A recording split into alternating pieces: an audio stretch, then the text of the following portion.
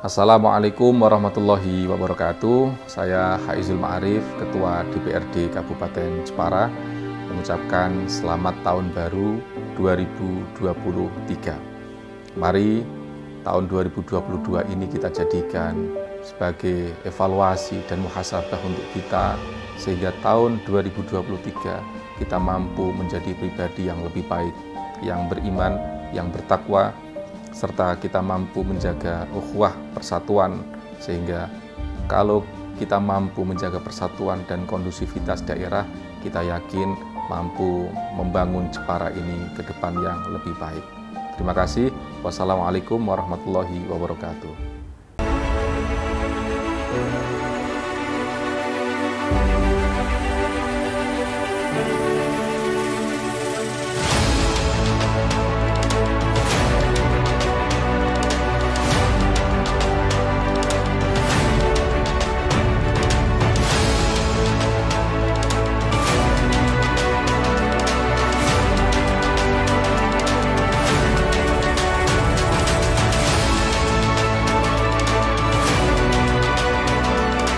Assalamualaikum warahmatullahi wabarakatuh, Gus Zais. Waalaikumsalam warahmatullahi Mbak Dinda. Ya, terima kasih Gus Zais. Ini kita bertemu dan berbincang-bincang yang kesekian kalinya. Alhamdulillah. Dan semoga Gus Zais selalu sehat. Amin, amin. Terima kasih. Kita semua mendoakan, dan terkait dengan di penghujung bulan Desember tahun 2022 ini, kita semua juga sedang dalam merayakan Hari Natal untuk kaum Kristiani 25 Desember, dan sebentar lagi juga merayakan Tahun Baru 2023. Di sini banyak sekali momen-momen atau mungkin flashback ke belakang, evaluasi di tahun 2022 dan program-program ke depan di tahun 2023 yang notabene adalah sebagai tahun politik. Monggo mungkin ada yang disampaikan untuk evaluasi dan program ke depan, Gus Zais. Baik, terima kasih. Tahun 2022 ini segera berakhir, tinggal beberapa hari lagi. Tentu kita mampu mengevaluasi, bermuhasabah bagaimana tahun 2022 ini. Tentu kalau kita mengingat-ingat dengan penuh dalam muhasabah, tentu banyak sekali dalam hal kekurangan, baik dalam diri kita pribadi semua, maupun dalam amanah tugas yang diberikan kepada kita. Sehingga saya kira ini momen yang baik, momen yang tepat di penghujung tahun 2022 ini. Kita harus mampu mengevaluasi segala bentuk kekurangan yang ada ini untuk perbaikan di tahun berikutnya, yaitu tahun 2023. Nah, kaitannya tupoksi kami di DPRD tentu kita bisa melihat, karena DPRD ini punya fungsi pengawasan berkaitan dengan kejeparaan ini, kita masih banyak melihat jumlah angka putus sekolah yang cukup tinggi, di angka di 17 ribuan anak yang tidak melanjutkan sekolah atau yang putus sekolah. Ini yang kemudian mengakibatkan indeks pembangunan manusia kita sedikit agak kurang cepat dalam hal menaikkan itu. Nah, ini tentu harus menjadi evaluasi kita bersama, sehingga bagaimana langkahnya tahun 2023 melalui APBD yang sudah kita sahkan kemarin.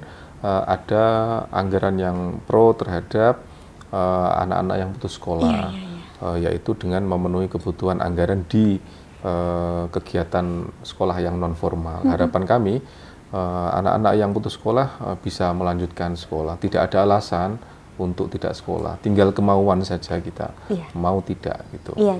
Itu yang pertama. Kedua, pengangguran juga yang masih tinggi di Kabupaten Jepara. Ini juga harus kita menjadi bermuhasabah semua, bagaimana kita mampu tahun 2023 ini bisa pemerintah membuka lapangan pekerjaan yang tinggi, yang besar. Tapi tidak hanya itu saja, saya juga mendorong kepada masyarakat Kabupaten Jepara, ayo kita bukan hanya mencari pekerjaan, tapi ayo bagaimana kita untuk bisa menciptakan lapangan pekerjaan.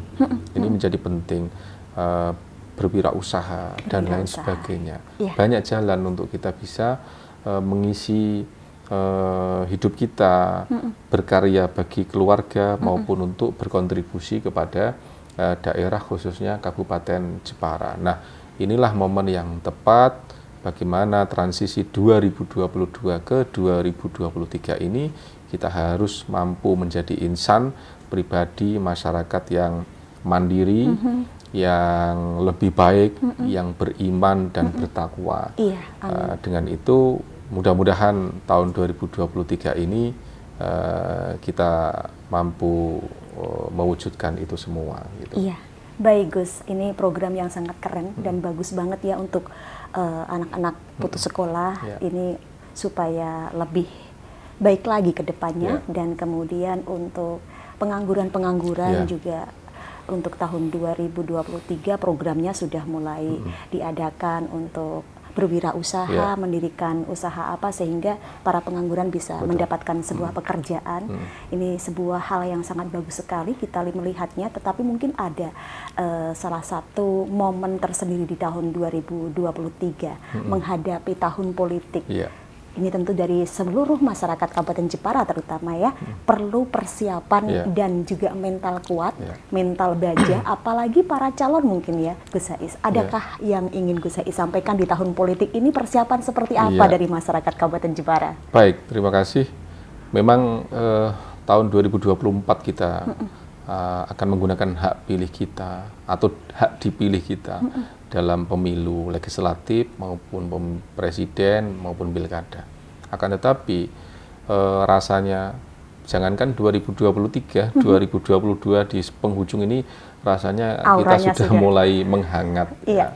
Jangan sampai hangat ini menjadikan suasana di tahun 2023 ini semakin memanas. Ya, kita harus dewasa dalam berpolitik, kita harus bijaksana dalam berpolitik. Ini merupakan agenda demokrasi setiap 5 tahun sekali. Tahun 2023 yang kemudian kita kenal bersama tahun politik, ayo kita sikapi dengan penuh persatuan. Saya kira dengan menjaga persatuan dan kondusivitas daerah, ini kita mampu menjaga kondusivitas Kabupaten Jepara dengan baik maupun secara lingkup nasional di Indonesia. Boleh mendukung sana, boleh mendukung sini, akan tetapi jangan sampai mengorbankan persatuan dan kesatuan kita sebagai bangsa dan tanah air. Sangat sayang sekali. Ya, kedua, kemudian kita juga bagi yang ingin terjun di dunia politik, ya memang momentumnya tahun ini 2023 silahkan gunakan hak pilih politik tersebut untuk bisa, yang penting kita mampu menata niat kita untuk bisa membangun Indonesia lebih baik. Dan bagi masyarakat umum tentu sudah tidak zamannya lagi ini kita apatis terhadap politik. Kita gunakan hak politik ini dengan baik. Jangan kita hanya saja ibaratnya mengkritik pemerintah yang demikian, sementara ketika pemilu kita tidak memilih menggunakan hak pilih kita. Bagaimana kita menjadi warga negara yang bisa menggunakan hak demokrasi ini dengan baik. Oleh karena itu ini momen yang terbaik. Ayo kita sikapi tahun politik ini dengan baik, berpikir jernih. Mudah-mudahan kita memperoleh pemimpin, wakil rakyat yang betul-betul berpihak kepada masyarakat, kepada kita semua. Gitu. Amanah untuk kita semua. Ya. Baik Gus Saiz, masih di program ke depan ini memang cukup membuat kita perhatian untuk wacana-wacana yang sudah dibicarakan di kalangan masyarakat bahwa tahun 2023 kita butuh untuk waspada terkait dengan resesi global, tahun krisis dan lain sebagainya. Ini mulai dari akhir-akhir tahun 2022 kayaknya sudah terasa dan ada wacana bahwa diprediksi tahun 2023 nanti juga kita patut dan perlu untuk waspada terkait mengatasi hal ini. Mungkin dari Gus Zais ada himbauan kepada masyarakat Kabupaten Jepara. Monggo. Ya, baik, terima kasih. Melihat angka pertumbuhan ekonomi Kabupaten Jepara ini melampaui lebih tinggi targetnya dibanding Jawa Tengah maupun di Indonesia, di mana kita diprediksi sampai 6% pertumbuhan ekonomi kita.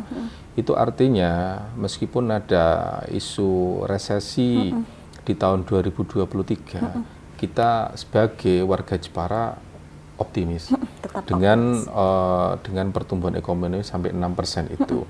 Kenapa sampai kemudian 6%? Kita melihat memang dunia industri di Kabupaten Jepara cukup banyak, ditopang juga dengan industri usaha kecil menengah yang sangat tinggi, sangat banyak, sehingga kita mudah-mudahan bisa menghadapi resesi tersebut dengan karya kita, dengan usaha kita, dengan kearifan lokal kita. Yang penting isu resesi jangan menjadikan kita ini panik, kemudian tidak berani mengambil keputusan untuk melangkah dalam berusaha, berbisnis, jangan, karena banyak sekali peluang yang bisa kita ambil, baik sektor pariwisata di Jepara, ya, UMKM, industri, dan lain sebagainya. Kita sangat kaya sekali Kabupaten Jepara. Kalau kita cerdas dalam melihat potensi yang ada, saya yakin kita mampu menciptakan pekerjaan, bahkan membuka peluang pekerjaan bagi masyarakat Kabupaten Jepara. Dengan begitu, kita akan bisa memberikan manfaat yang besar kepada daerah. Gitu. Iya, Gus. Betul sekali ini, Gus. Dan semua tidak perlu panik ya. Iya. Kita pikir terkait dengan masih di penghujung bulan Desember tahun 2023 ini, kita juga perlu waspada juga, Gus, di sisi cuaca yang ekstrim ya. Betul.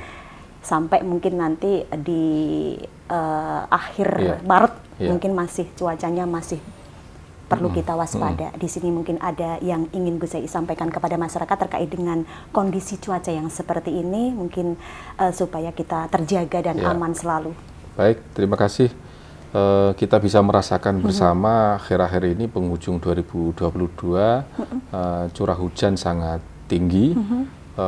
Ini harus menjadikan kita kewaspadaan, baik sisi kesehatan, menjaga kesehatan kita, menjaga imun kita agar tetap sehat. Kedua, menjaga lingkungan kita. Lingkungan kita, baik rumah, pohon yang tinggi, yang daunnya dan lain sebagainya, yang membahayakan rumah kita, harus mungkin sedini mungkin kita bisa antisipasi. Kemudian jaringan drainase di depan rumah-rumah kita, saya melihat di beberapa wilayah ini kemarin hujan itu airnya tumpah ke jalan itu. Ini karena saluran drainase yang mampet. Ya, memang pemerintah ini termasuk menggenjot pembangunan drainase. Kenapa? Dengan drainase yang baik, maka ini saluran air juga akan baik, juga akan kualitas jalan juga semakin bisa awet lama. Iya, Gus. Tapi tidak dari pemerintah pasti tidak akan mampu untuk bisa menyelesaikan semua kebutuhan drainase di Jepara sekian kilometer ya, sekian ribu kilometer, masih banyak PR.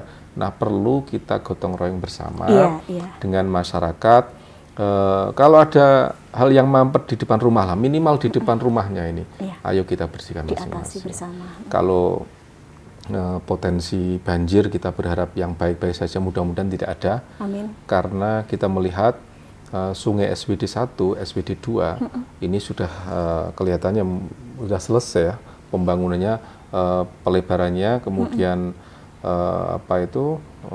revitalisasi sungainya, sehingga harapan kita debit air mungkin yang banyak karena hujan, mudah-mudahan tidak sampai naik dan kemudian sampai ke wilayah yang rawan banjir, seperti tahun-tahun dulu di Nalum Sari, di Gedung ini. Kelihatannya sudah selesai pembangunan SWT 1, SWT 2 itu proyek nasional. Iya, Gus. Baik.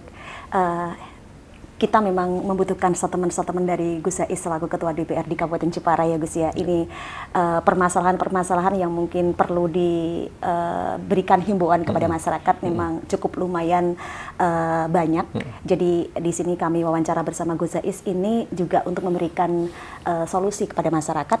Ini termasuk juga generasi muda menghadapi 2023 ini kan banyak sekali kerawanan-kerawanan atau mungkin penyimpangan-penyimpangan yang seharusnya tidak perlu begitu ya Gus. Kami ingin Gus Zais memberikan himbauan sedikit nasihat gitu kepada generasi muda, para penerus dan penerus perjuangan tongkat estafet kita supaya tidak tergerus dengan zaman sehingga terpengaruh dengan budaya-budaya yang kurang tepat begitu Gus. Baik, terima kasih.